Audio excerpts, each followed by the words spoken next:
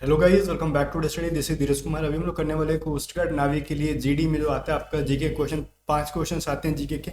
GK के लिए बहुत कुछ रखने की जरूरत नहीं है, ठीक है। 5 क्वेश्चन आते हैं तो 5 क्वेश्चन को लाइटली भी नहीं लेंगे, बट ऐसा नहीं ना कि दो दो तीन तीन घंटे जीके पढ़ रहे हैं। डेली आप 1 आवर पढ़ रहे हो, या फिर हमारी यूट्यूब वीडियो को फॉलो करोगे, या फिर आपने एयरफोर्स का एग्जाम दिया और हमारी वीडियो को फॉलो किया था पहले, तो भी आपके जीके की प्रिपरेशन ठीक ठाक ही होगी। एयरफोर्स की तरह एब्जॉर्ब क्वेश्चन जीके में नहीं पूछता है कोस्ट गार्ड जीके सिंपल पूछता है, बट फिर भी मैं इसकी प्रिपरेशन करा दूंगा। जो एयरफोर्स के टाइम कराया था और भी बहुत सारी चीज़ों को मैं करा दूंगा ऐड करके, ताकि आपके एग्जाम में क्वेश्चन जीके में ऑलमोस्ट 3 से 4 आप सही कर लो। 5 में पास तो मैं गारंटी नहीं देता, बट फिर भी मैं कहता हूँ 3 से 4 सही हो जाते कोस्ट गार्ड में। एयरफोर्स में पॉसिबल नहीं है, बट कोस्ट गार्ड के अंदर है। साइंस भी कराऊंगा मैं आपको, जल्द से जल्द स्टार्ट करूंगा। बट एक चीज़ मैं बता दूं, कोस्ट गार्ड जीडी की मॉक टेस्ट कहना गलत बात है। बेस्ट मॉक टेस्ट जो है ना, A to Z study app पे लॉन्च हो चुकी है, जिसकी प्राइस 120 रुपीज़ है। बट आप अगर 1 अप्रैल को बाय करते हो तो इसकी प्राइस 102 रुपये दिखेगी। 100 रुपये होगी, बट 102 रुपये में आप बाय कर पाओगे इसको, ठीक है। अगर आप 1 अप्रैल के बात करते हो तो 120 रुपये लगेंगे, ठीक है। तो इसके अंदर आपको 10 मॉक टेस्ट और बेस्ट मॉक टेस्ट दिए जाते हैं। तो अभी आप जाओ, डिस्क्रिप्शन में A to Z study app का लिंक है, डाउनलोड करो और अपनी प्रिपरेशन को बेस्ट करने के लिए प्रैक्टिस जरूर लगाओ। और प्रैक्टिस करने के बाद क्या है ना चीज़, कि आपको रैंक दिखती है वहाँ पे कि कितना रैंक आया। आप एक टेस्ट को 3 बार अटेम्प्ट करोगे तो ये सभी चीज़ों को आपको पता चल पाता है कि एक्चुअली कंपटीशन क्या है। और A to Z स्टडी तो पता ही है कि फालतू चीज़ें कभी नहीं देती, बेस्ट से बेस्ट देती है। पेमेंट वगैरह से कुछ भी प्रॉब्लम आता है, रिलेटेड इशू आती है, तो व्हाट्सअप करके आप हमारे टीम मेंबर से पूछ सकते हो जो भी प्रॉब्लम आ रहा है पेमेंट से रिलेटेड। या फिर आपका बेसिक खराब है अभी भी सेक्शन 1 का, math, reasoning, English, GK, science, तो आप हमारी पेड बैचेस से, रक्षक बैच से पढ़ सकते हो, ठीक है। पहला क्वेश्चन हमारा क्या कह रहा है कि भारतीय संविधान के किस भाग को भारत का मैग्ना कार्ता कहा जाता है। ये सभी चीजें मैंने आपको डिटेल में पहले पढ़ाया था। अगर आपने नहीं पढ़ा है तो कोई दिक्कत नहीं है, पढ़ा है तो रिवीजन कर लो, नहीं पढ़ा तो सीख लो। मैग्ना कार्ता क्या है जनरली, देखो गाइज, ये सभी चीजें क्या है ना, कि जैसे आपको एक राइट दिया जाता है, फंडामेंटल राइट्स। अब फंडामेंटल राइट्स को दे दिया जाए ना कि ये हर नागरिक का अपना अधिकार है, ठीक है। उस अधिकार को चाहे कोई भी शासक आए, कोई भी राजा आए, कोई भी प्रधानमंत्री आए, छीन नहीं सकता, ठीक है। इसलिए उसको मैग्ना कार्ता कहा जाता है। और इसलिए नहीं कहा जाता है जस्ट, ये तो इंडिया का चीज़ है भी नहीं, पहले यूके में दिया गया था, ठीक है। लोगों को वहाँ से उस चीज़ों से रेफर करके लाया गया, तो इसको पार्ट थर्ड को कहा जाता है। क्यों पार्ट थर्ड को ही कहा जाता है भाई, इसके पीछे का कुछ कुछ तो लॉजिक बताओ। देखो गाइस, पार्ट थर्ड में क्या सीन है ना, कि आर्टिकल आपको देखेंगे 12 से 35, ठीक है, जिसके अंदर क्या है, फंडामेंटल राइट्स के बारे में पता है आपको, ठीक है। कहाँ पे भाई, तो वो पार्ट थर्ड के अंदर। तो ये जो सीन है इंसानों को दे रखा गया है, ओके। और मैं आपसे पूछूंगा कि चलो ठीक है, कि टोटल फंडामेंटल राइट्स कितने हैं हमारे पास। तो 7 जो थे उसमें से राइट टू प्रॉपर्टी को हटा दिया गया। पहले हमारा संपत्ति का भी अधिकार था, वो हटा दिया गया है। बट फिर भी जब गवर्नमेंट इसको हटा सकती है तो इसको मैग्ना कार्ता क्यों कहा जाता है, मेरे को भी समझ में नहीं आ सकता। क्योंकि स्टार्टिंग में आपको प्रॉपर्टी का भी अधिकार था, जो कि अब नहीं है। और मैग्ना कार्ता का मतलब ये हुआ ना कि जो अधिकार आपको दिया गया वो शासक छीन नहीं सकता, ठीक है। चलो फिर भी कोई दिक्कत नहीं है। राइट टू इक्वालिटी है, राइट टू फ्रीडम है, राइट अगेंस्ट एक्सप्लोनेशन है, right to freedom of religion है, कल्चर कहते हैं ना कि एजुकेशन का, कल्चर का राइट है। प्रॉपर्टी का राइट तो हमारे पास है नहीं। कॉन्स्टिट्यूशनल रेमेडीज का राइट है। तो ये सभी चीज़ें हैं हमारे पास स्टिल, ओके। फिर कह रहा कथकली जो है ना वो कहाँ से गई। तो ये एक इम्पॉर्टेंट क्वेश्चन है, बहुत सारे बच्चे इसके अंदर कंफ्यूज होते हैं। उत्तर प्रदेश कहें कि केरला क्या, और यूपी मैंने ऑप्शन में डाला नहीं है। तो कथकली जो है आपका केरला से है। रीजन, रीजन कुछ नहीं, एक होता है कथक। कथक जो है उत्तर प्रदेश से है, ठीक है। अगर मैं सिर्फ कथक कहूँ, date will be Uttar Pradesh. तो ये चीज़ों को समझना बहुत इंपॉर्टेंट होगा आपके लिए। फिर मैं कहूँ क्रिकेट के लिए प्रसिद्ध सवाई जयसिंह स्टेडियम कहाँ पे, तो नाम से समझ में आ रहा है ये राजस्थान के अंदर है। तो ये सारे ऑप्शंस भी तो राजस्थान वाले हैं, अजमेर, भरतपुर, जोधपुर, जयपुर, तो यहाँ पे है जयपुर के अंदर। याद रहेगा आपको, सवाई जयसिंह स्टेडियम कहाँ पे है, जयपुर के अंदर। माइक्रोसॉफ्ट कंपनी के संस्थापक, और ये चीज़ क्यों इंपॉर्टेंट है मैं बताता हूँ। माइक्रोसॉफ्ट कंपनी, अभी मोदी जी बिल गेट्स के साथ बड़ा ना वो कर रहे हैं, क्या कहते हैं, मेल मिलाप। और इंडिया में बिल गेट्स बहुत ज़्यादा पॉपुलर हुए हैं कुछ दिन से। एक तो वो कोई टपरी छपरी करके है ना, चाय वाला वो, और एक मोदी जी इधर उससे मिल रहे हैं वो। इन दोनों का मतलब, इन दोनों की वजह से बिल गेट्स इंडिया में काफ़ी पॉपुलर है। और बिल गेट्स ही क्यों गए? माइक्रोसॉफ्ट का मतलब दो लोग ने मिलकर संस्थापना किया था, पॉल एलन और बिल गेट्स दोनों, बट मेनली फाउंडर के तौर पे देखा जाता है बिल गेट्स का ही नाम ज़्यादा फेमस है। ओके, तो बिल गेट्स यहाँ पे आपको याद रखना होगा कि बिल गेट्स इंडिया में बहुत ज़्यादा फेमस है, डेट्स वाई रीज़न यहाँ पे करंट अफेयर की तरह इसको पूछा जा सकता है। तो सिर्फ बिल गेट्स नहीं है, तो सिर्फ ऑप्शन बी को चूज करना गलत हो जाएगा। पॉल एलन भी थे, बिल गेट्स दोनों ने मिलकर माइक्रोसॉफ्ट की स्थापना की थी। आगे बढ़ते हैं हम लोग। ईमेल के जन्मदाता किसको कहा जाता है भाई? ईमेल के जन्मदाता है रे टॉमलिंसन। याद रहेगा, ऑप्शन नंबर डी के अंदर है रे टॉमलिंसन। फिर नेक्स्ट क्वेश्चन है, भारत के मूल संविधान में कितने अनुच्छेद थे? गाइज ये बहुत इंपॉर्टेंट है। भारत का जब स्टार्टिंग में संविधान बना था उसमें कुल मिला के कितने अनुच्छेद थे? 395 थे। बट अगर मैं आपसे पूछूँ कि अभी करंट में कितने हैं भाई, अगर हम 2024 के डेटा के अकॉर्डिंग बात करें तो अभी करंट में हमारे पास या फिर प्रेजेंट में हमारे पास कितने हैं? 448 आर्टिकल्स हैं हमारे पास, ठीक है। और हम जब पूछा जाए कि ठीक है चलो हमारे पास पार्ट्स कितने हैं टोटल? 25 भाग हैं। आर्टिकल को हिंदी में अनुच्छेद कहते हैं, पता है ना ये चीज़। और आपसे ये पूछे, क्या पूछेगा? शेड्यूल्स कितनी है, अनुसूचियाँ कितनी, शेड्यूल कितनी है, ये याद रखो।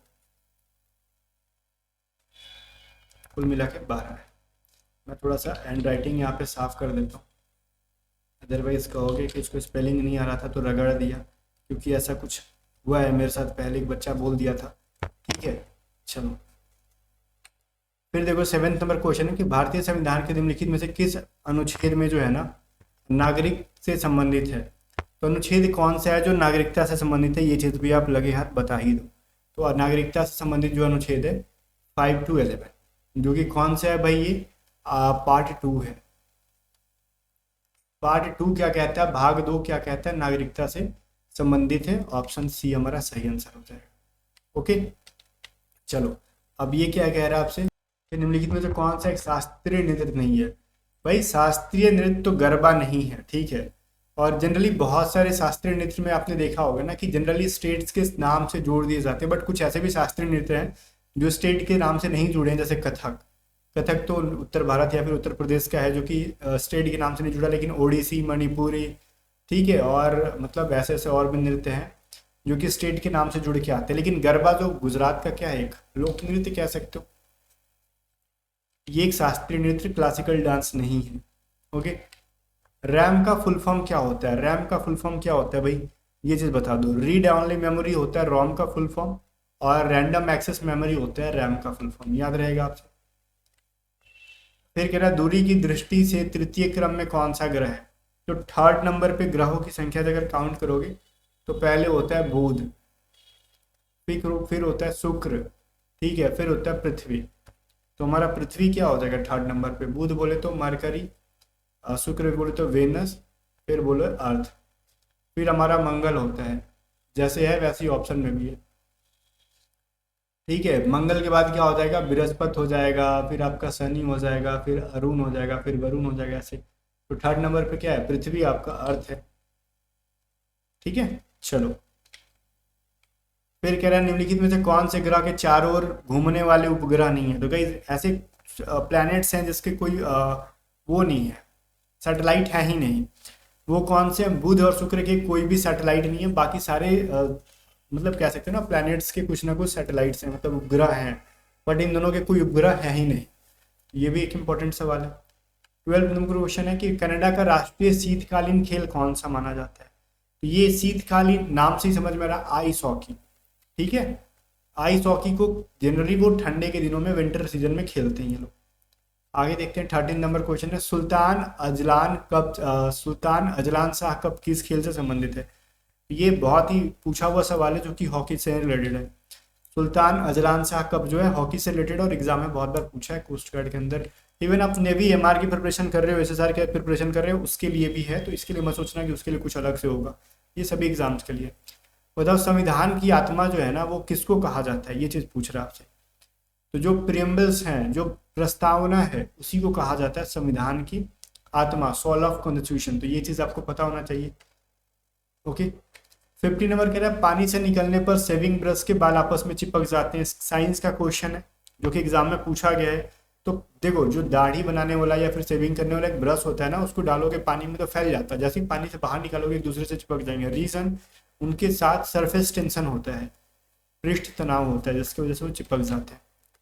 अगला देखते हैं, कह रहा है किसी तुल्यकारी उपग्रह की पृथ्वी की सतह से ऊंचाई लगभग कितनी होती है।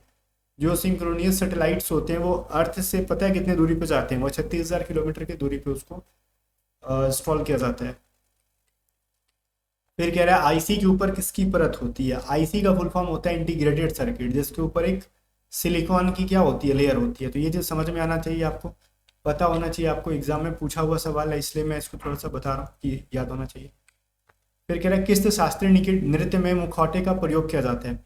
मुखौटे का किसके अंदर, आपने अगर कभी भी टीवी पे देखा होगा, जैसे केरला के अंदर जो होती है कथकली, कथकली के अंदर वो लोग क्या करते हैं, मुखौटा बना लेते हैं, बड़ा बड़ा ग्रीन ग्रीन पेंट कर लेते हैं और डांस करते हैं। ओके, फिर कह रहे हैं क्या कहते हैं भाई, निम्न नृत्य शैलियों में से किसका उद्गम पूर्वी भारत से। पूर्वी भारत बोले तो अगर मैं इस तरीके से एक रैंडम मैप बना रहा हूँ, तो ये हमारा इतना हिस्सा नॉर्थ हो गया, ये हमारा वेस्ट हो गया, ये हमारा ईस्ट हो गया, ये हमारा साउथ हो गया, भारत का साउथ। अरे पूर्वी भारत बोले तो पूर्वी भारत से कौन कौन से रिलेटेड है, देखो कथकली कहाँ का है, केरला। केरला कहाँ पे, साउथ में है। कुचिपुड़ी बोले तो आंध्र प्रदेश भी ऑलमोस्ट इधर ही है। भारतनाट्यम बोले तो ये भी तमिलनाडु इधर ही है। तो मणिपुरी कहाँ पे है, तो हमारे ईस्ट में मणिपुर है, तो मणिपुरी उधर ही है ना, ऑप्शन नंबर डी हमारा सही है।